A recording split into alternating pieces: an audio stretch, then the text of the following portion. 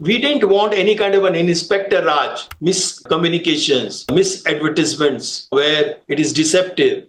It is misleading. And after purchasing a product or a service, nobody seems to be listening to them. Hello and welcome to the Aware Consumer Podcast with Professor Bejon Misra. I'm your host, Chavi Sachdev, and we're here to talk about empowering and preparing Indian citizens to be informed and aware of their rights as consumers, wherever they may be in any arena of their lives.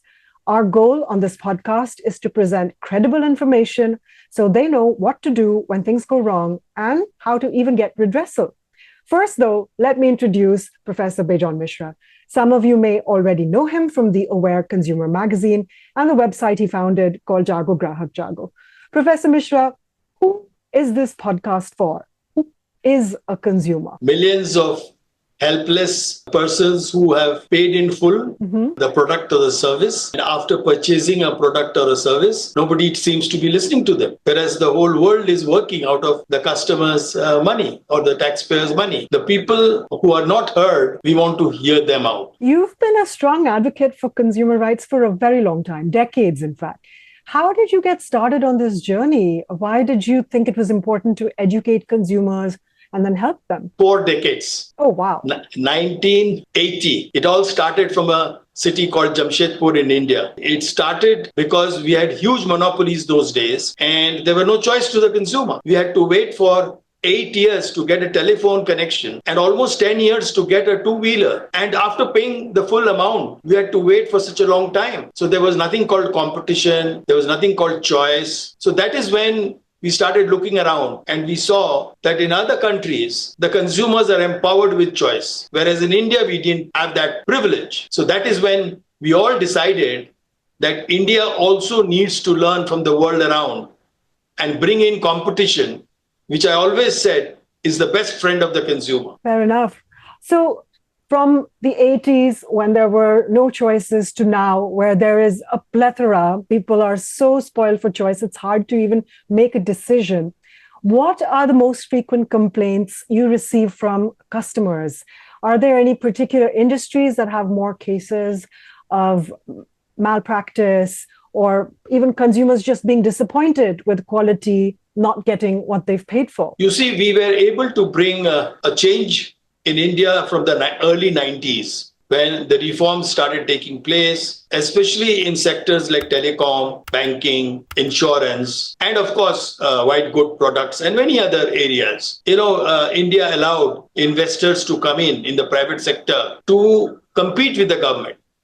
So like, for example, I told you about the telecom sector, where people had to wait for a long time. There was no infrastructural investment done. The government decided that why don't we invite private entrepreneurs to come? So the first thing, which we tried to build before we brought in investors to come in and bring in competition and choice is to bring laws which will enable the consumer to assert their rights. So it was in 1986 when the whole, journey started, when we had the Consumer Protection Act of 1986, which empowered the consumer legally in terms of their 6 rights, which India enshrined and recognized.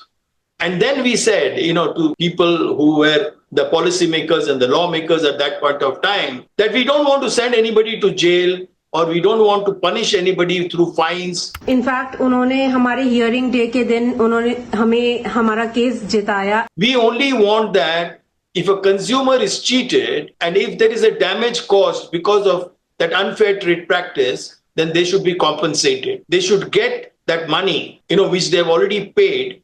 And if some damage has occurred, then they should be compensated. So we wanted a simple, easy refund, easy exchange policy. And that is why we brought in a kind of a mechanism where the consumers were supposed to get a redressal within 45 days. The law enshrined that, the law mandated that in 45 days you complain before a district commission or a state commission or the national commission, you should be able to get the redress. But it never happened that way. As I mentioned, that there was a need for a regulator, for a law to come in to protect the consumer legally. And as I mentioned, we didn't want any kind of an Inspector Raj where people have to take license, and things like that. We wanted product should be made affordable, there should be choice, and there should be competition. This sounds like a full episode for a podcast in the future about how we even got consumer laws. For now, I'll just ask the one question, which is, are there any particular industries that you receive more cases of malpractice or complaints of dissatisfaction in these days? Well, I can't say more or less, you see, Okay. because at the end of the day, as you know, Chabi, there are good players also within the industry who wants to do a good job. Mm-hmm. Now, we are looking at how do we empower the consumer to distinguish or differentiate between the good players and the fly-by-night operators who only think about profit and doesn't think about the consumer. So we are all the time trying to figure out, those areas. For example, I'll give you today the in thing is e-commerce, online shopping, which gets the maximum, kind of a brunt because there the maximum complaints are coming to me from these kind of, entities or these kind of enterprises, telecom, banking. So as the industry grows, as the market grows for that industry, the complaints will definitely also grow and the volume will come, because they're looking for redressal, they're looking for choice, they're looking for options. So naturally, they come to me invariably asking me, how should I go about choosing a product or choosing a brand? Right. That's important too. And I'm sure also you hear from people who have chosen and then found their choice did not help them feel satisfied. I know for me, it's been also the things you mentioned, e-commerce, telecom. Certainly there are issues. But in these industries you've mentioned, have you had any success in getting customers justice or prompt resolution without getting into litigation? Of course there is, because you see, no brand wants to be beaten. Everybody wants their brand to prevail in the marketplace. Mm-hmm. So it's only that fear, when they come to know that somebody has approached Bejon Misra, there is a Jago Grahak Jago, there is a wake up call, That's very inspiring. And that is when, I feel very happy that at least leaders in the marketplace, they recognize the work which we do and they help in terms of not only literacy, they help in improving the service quality through our feedback. Yeah, it's so important to have accountability. And I think the service you provide to consumers is that you act as a link between them and the brands who want to actually make things right with the consumer. Is there any instance recent that comes to mind where you helped a consumer get resolution? Every day I get on an average about 50, 60 consumers coming to me every day with their issues. And every day there has been successes also. Intervening on behalf of the consumer with the manufacturer or the service provider. There has been instances, for example, I can give examples about health insurance. Mm-hmm. People were not getting their claim or they were not able to understand how to put that claim forward. And when I helped them to put the claim in the right way in terms of their health cover, they were able to be heard and they got their claim, reimbursed. So similarly, like for example, you paid for a holiday. You did not get that delight when you went for that holiday because what was promised was not delivered. So you came back very disappointed and you didn't know what to do. So we were able to get some discount for them in terms of giving some refund from the providers, where the provider agreed that they had a kind of a mishap in the sense that they couldn't deliver what was promised. So they gave back certain amount of money to the consumer as a gesture. There are umpteen examples like this. And that is why, Chabi, this podcast I'm starting because, I want to bring those people with the smile in this broadcast. I only don't want to show those people who are disappointed and running from pillar to post to get a redressal. I want to show this podcast as a podcast which is always bubbling with positivity. It is giving redressal. And hope to other people that they can also get justice and resolutions. What other topics will we be covering in future episodes? What are the broad sectors that people can expect to hear? Reviews, suggestions, and even actual problem solving coming up in the future? The most important, which I feel today, which is very, very important, is to empower the consumer to stay away from fraudulent activities. Okay. people who are frauds, Mhm. people who are not reliable, people who are not credible, how not to get allured by miscommunications, misadvertisements, where it is deceptive, it is misleading, how to empower that consumer to differentiate between the good and the bad. Today, 90% of the consumers who are victims of fraudulent activities are only due to misleading advertisements, misleading or deceptive promises made. And most of the consumers, they feel that they're talking to the right people, but they're not. Right. How to help them to get to the right person, and that is why this broadcast should be able to give those big brands or those good ethical brands who are working in India and globally a space to be able to be seen and heard. And people who are frauds, who are criminals, who are cheating the customers at all the time, they should be exposed. So it's going to be a naming and shaming, kind of a activity. So I'm sure, we will do some fair work. And what are the areas in which we'll be doing this? I know we'll be talking about insurance, we'll be talking about e-commerce, telecom.